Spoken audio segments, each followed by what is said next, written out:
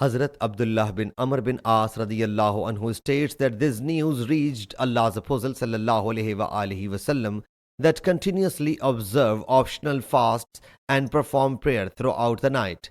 He sallallahu alaihi wasallam dispatched someone to me, or I myself visited him.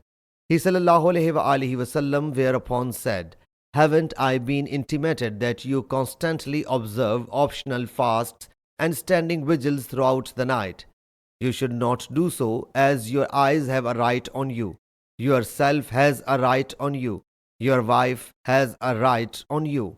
Observe fast as well as omitting it. Perform the prayer as well as sleeping.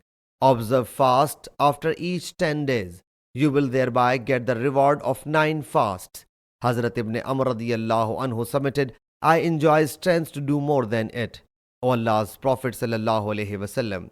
He sallallahu alaihi wasallam said, "Observe Hazrat David's fasting."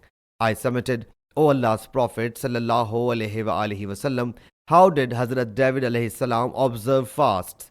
He sallallahu alaihi wasallam said, "Hazrat David alayhi salam would observe fast one day and shun it the other day, and never retreat combating an enemy." Hazrat ibn Amr radiyallahu anhu submitted, "O Allah's Prophet sallallahu alaihi wasallam, how can I do it?" Ata, the reporter, says, "I do not know how lifelong fasting has been mentioned." The Prophet sallallahu alaihi wasallam said, "Whosoever observes fasts forever has not observed any fast, acknowledged fast.